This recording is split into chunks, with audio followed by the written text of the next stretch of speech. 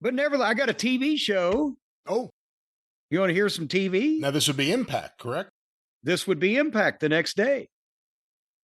The next day was the Brits and Beer Money in a street fight. So that was Nick Aldis and Doug. I started to say Doug Gibson, that goof in fucking Virginia. What's the English fella's name? Now I'm scared it out of myself. No, it's Doug Ward.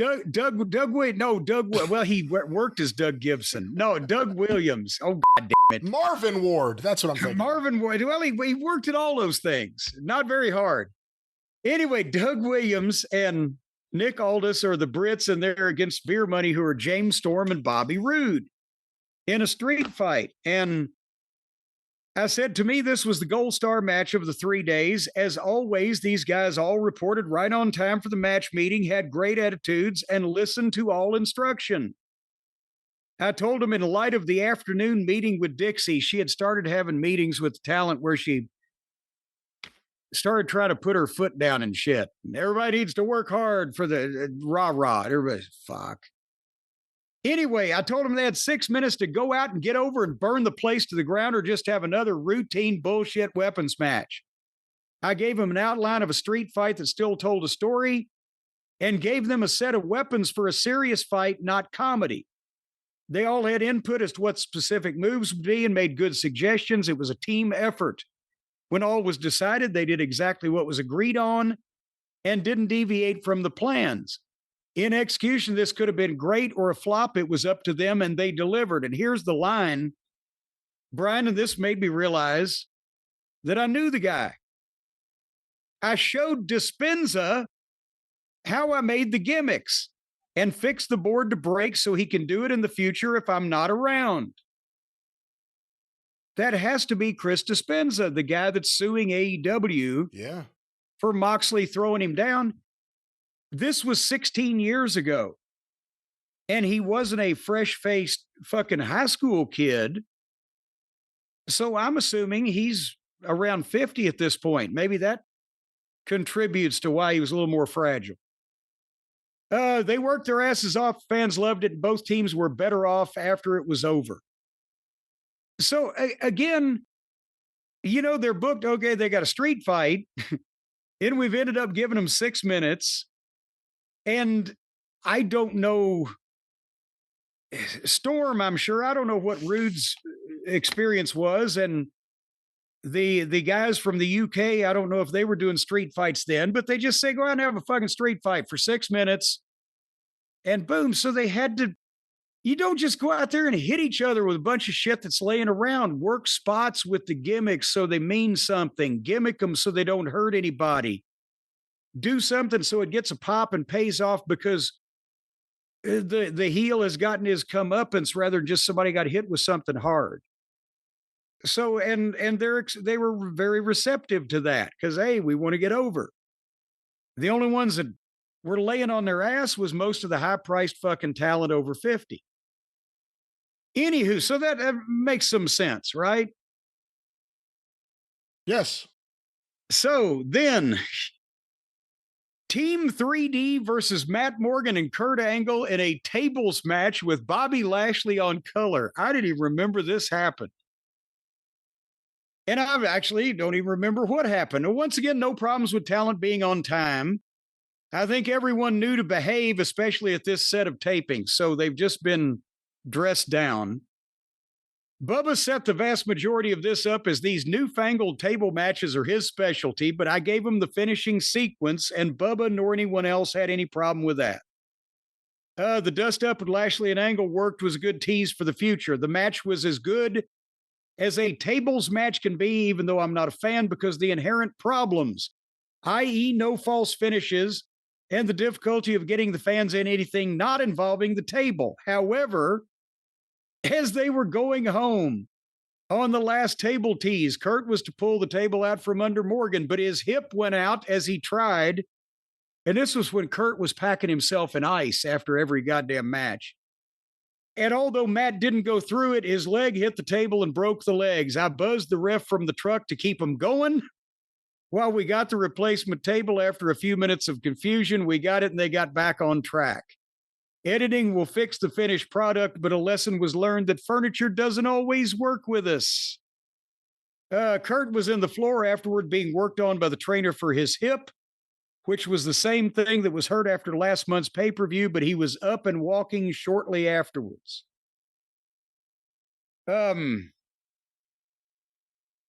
You know, again, there was such a It's big like outcry everybody- from wrestling fans around this period of time because this is when WWE decided not to bring Kurt Angle back. And, the rumors that at least came out were that they thought he was, one bad night away from death and they didn't want another death on their hands.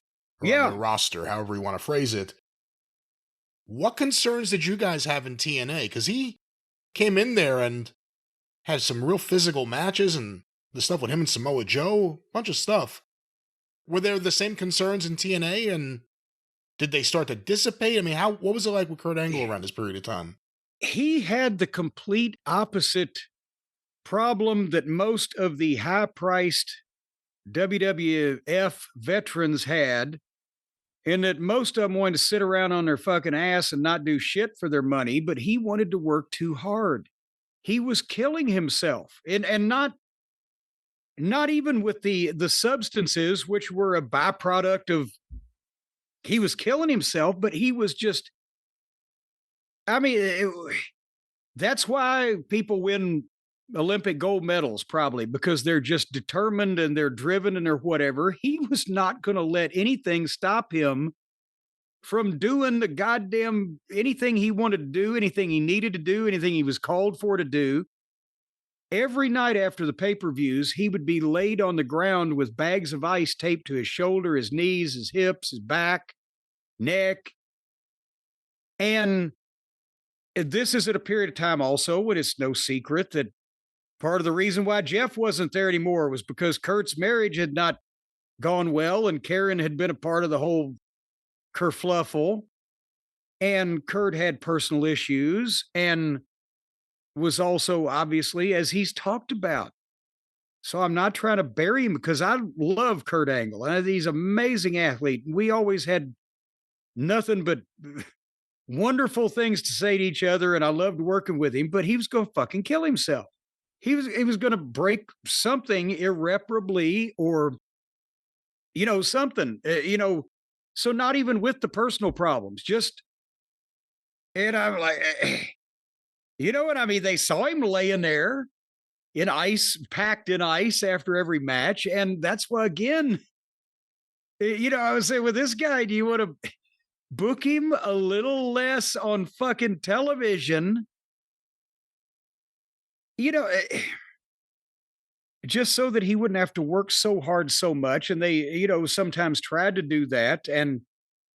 But at the same point, when that's what I was trying to do at the time, not trying to be the savior of goddamn. Terry Taylor didn't want to say he and Russo were buddies anyway because of the whole God thing. They have the same delusion and they rode in the same car together. Me and Dutch, I'd look in my rearview mirror. I'd see Russo and Terry Taylor in the car on the way to fucking Orlando. And I'm like, how does Terry put up? But he wanted his job.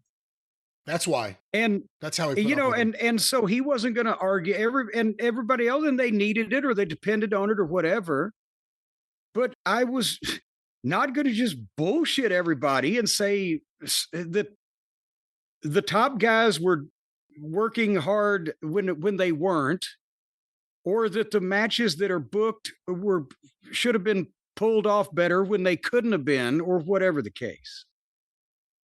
And sometimes with Kurt, I thought they should have said, hey, we can certainly back him off to working one time a month for the summer or the winter or the spring or the fall or sometime and just do angles on TV or whatever and light up. But they, Russo loved to have all the stars working on TV to weave his Shakespearean magic. And there's other comments on this television program that this is where Samoa Joe and Homicide had a bad match on the pay-per-view, and they did better. on their TV match and some stuff afterwards. But the problem was that Samoa Joe at the time had been diminished. He'd already had that argument with Nash and etc. They had him wearing the fucking pants, and Russo had him with. Remember when he had the tribal face tattoo? Were you even watching this shit? I didn't really watch it much, but I remember seeing it because I had to see it because I was a fan of Samoa Joe before then. Well, yes, and he had to come out with fire dancers at one time, and the fire dancers, I think one of the members of the fire dancers he was like related to, but at the same time he came up to me, he's like, I'm from California, I have a college education, and now they want me to look like a goddamn Bomba the Jungle Boy, right? So they were down on Joe, and he did when he got unmotivated because of disrespect or lack of anybody giving a shit really of what he was doing or just doing his stupid shit, he'd gain a little weight or he'd slow down. So they had talked to him. And I said, in the past year, Joe's gone through a switch from babyface to heel, an in-ring layoff due to storyline, a change in his gimmick, the birth of his baby, and other professional and personal changes.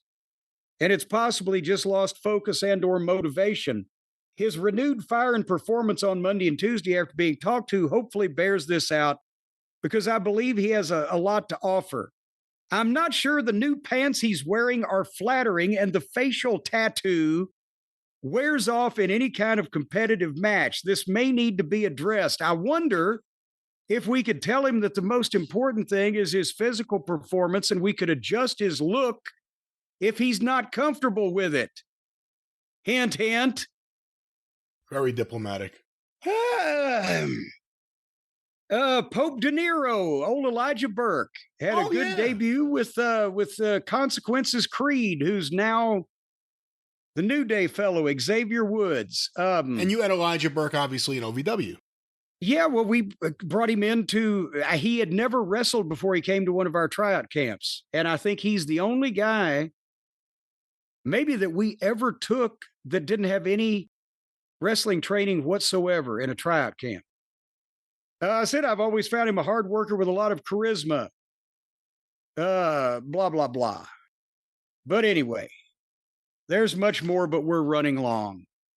But we will get into some interesting things at over the next few weeks, including, well, our friend Sheikh Bashir that had been canceled previously. Poor old Sean Daivari that had been kicked off SmackDown and the UPN network. He comes in. See, I don't remember that. They brought him in as Sheikh Bashir? Yes, I think it was Abdul Bashir, wasn't it?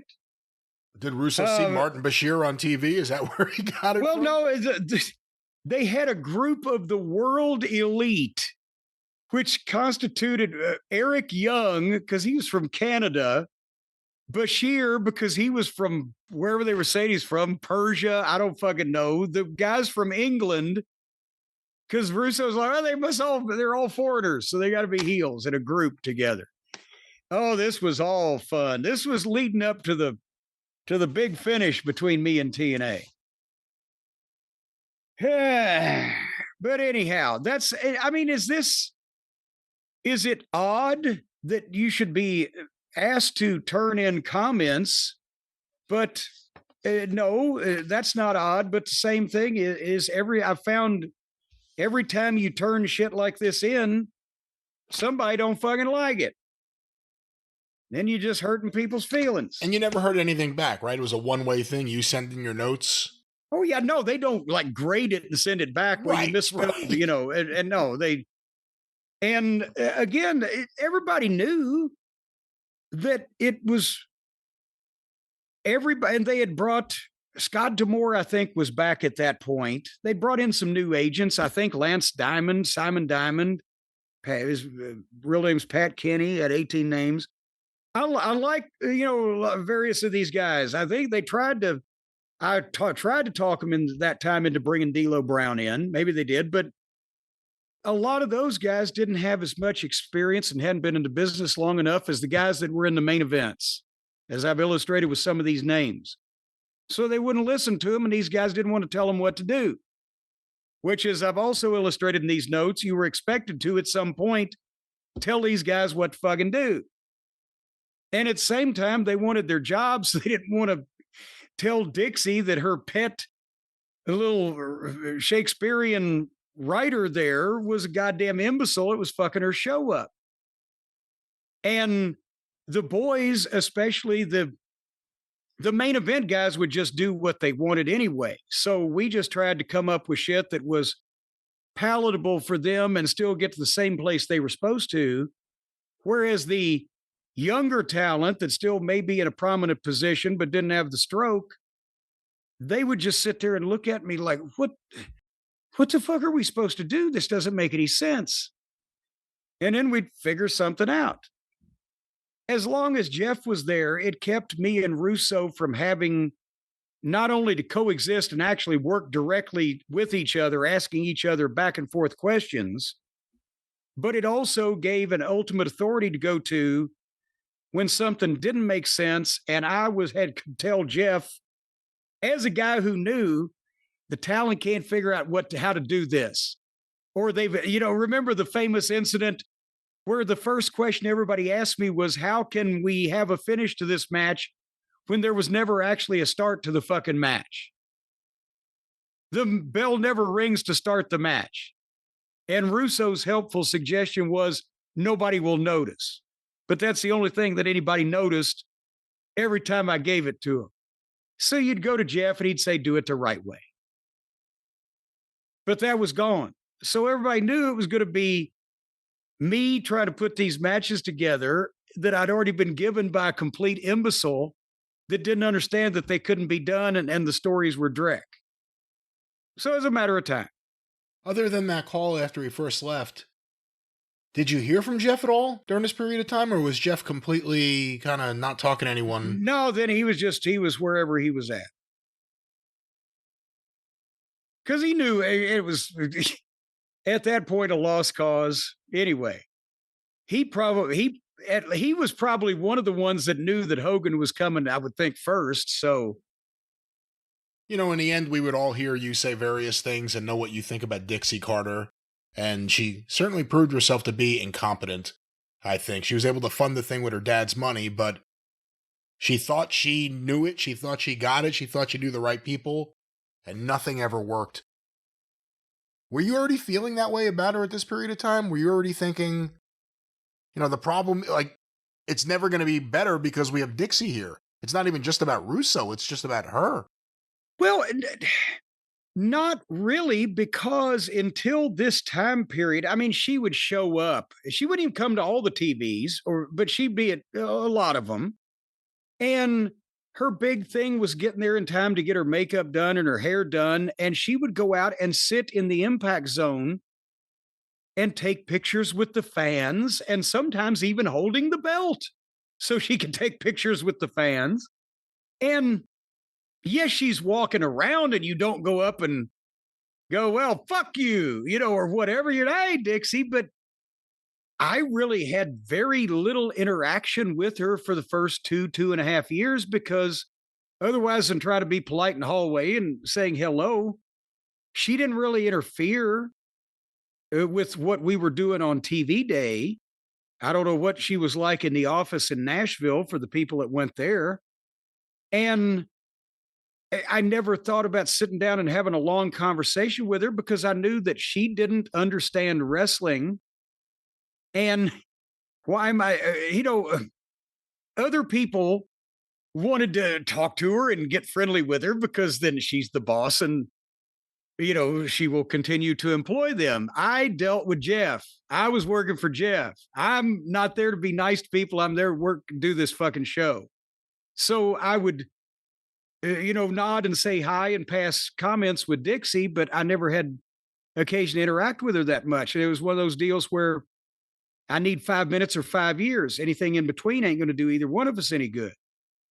And she had been made aware of the fact that I would just as soon have run over fucking Russo with a pickup truck and then backed over him to pick up the goddamn unbroken pieces from the very start. And after I gave my notice to Jeff and Dutch and was talked out of that and continued to show up there, I'd told her at the start, I'll work with him. I ain't gonna beat him up. I'll work with him, but that's it. We ain't gonna be friends. And otherwise than that, until this time period where she realized she's getting reports of all the problems with talent and everybody's got a bad attitude and people are showing up late or don't want to do this. And fucking Jeff is gone and Dutch is gone. And all of a sudden she realizes, wait a minute. You know, they were actually kind of running this thing because, yeah, Russo comes up with all this bullshit storylines. But if the guys don't want to do what he wants them to do, they, instead of just doing what they want to do, we need to have somebody else to figure out how to make it palatable or talk them into it or do something. And that's the service that all the people she let go were performing. Do you think, in her heart of hearts, if she does indeed have one, do you think she realizes she was wrong? Do you think she understands how important Dutch Mantell was to the company and that you were for a time to the company? Do you think she realizes all these years later, as much as she may personally like Vince Russo, that maybe he wasn't the person whose creative vision she should let her company follow? I mean, what do you think? I don't think that people ask her every 3 months just to keep track of, you know, how she feels now, but I haven't ever heard that she's ever realized that Russo was a fucking imbecile and it just did damage after damage. And, you know, maybe she knows that Hogan and Bischoff were a mistake. She might have figured that out, but I think old Vinny Rue was smooth enough to convince her that he knew what the fuck he was doing. And she's never abdicated it, or whatever the correct term would be. And I don't know if she realizes that, you know, she could have been a big, important part of the history of wrestling in a positive way if she had provided the money and, you know, for all intents and purposes after that, just stayed out of the fucking way and don't ever make any suggestions. But because she fancied herself, she's like the wrestling version of that Ice Barbie, that Christy Gnome that dresses up in costumes for photo ops. She would come as the owner of the company. She'd come and run the knockouts out of the makeup chair to get her makeup done to go out and sit with the marks. She wanted to be on Real Housewives of Nashville or some shit. She fancied herself some type of rich, hotty-toddy celebrity in Nashville and has that kind of outlook. So she thought she had to put herself in there somewhere just to make sure everybody knew she was there. But if she'd have just stayed out of the goddamn way and provided the money, and maybe it would have been a different story. Do you think it would have worked out better for Jeff around this period of time if he had just plowed her with wine? Oh, if you had put a period after just plowed her, I think you mean plied her. I don't know. I think you mean plied her with wine, but you know, that's the thing. Jerry Jarrett, bless him, he's gone now, but he swore up and down to me. He was laughing. He said, you know, Russo's fucking her. You know, because he was the first one to have to go through that. He quit the company that he started to not have to deal with Vince Russo and didn't speak to his own son for years after that. And he was convinced that Russo was fucking her. I said, no, of all the rumors, Jerry, I promise you, not because I think she wouldn't, but because I know that he wouldn't have the balls to. But Jerry was convinced of it. Is that because I said, you were there at the start. Why does she think that he should be involved in anything? It's like the Vince Shawn Michaels rumors from people who were there. When they say that they thought there was something going on, it's because of the same kind of attitude. I can't understand any other reason why this person will be tolerated. Unless they were fucking, nothing else seems logical. You tell that person to fuck off. And, you know, it turns out when they went to, I guess, what's the story? Jeff went to Dixie for PR because she was a Nashville PR person. And then she hooked him up with her dad and Panda Energy. And I guess the real thing was she just wanted a job. She wanted to be involved with the whole thing. Well, that's how she inserted herself in the middle of the thing and saw a chance to be on television. But yeah, their original investors had conned them with information and inflated the numbers. So they thought they were doing better than they were. And they had gone to her for PR for her firm in Nashville or whatever, advertising. But when they brought up in conversation with her that, yeah, geez, our investors are screwy and we may be in trouble here with this. That's when they found out her father was a goddamn multimillionaire Texas oil man. And that's when she said, oh, maybe my dad would be interested. They're like, who? What? There you go. Well, oh, well. Like you said, something we will come back to. Your notes, not just from TNA, but you have found all sorts of notes, and we will. Yes, I've got. We could read for days, and it might be more goddamn entertaining than the current day stuff. But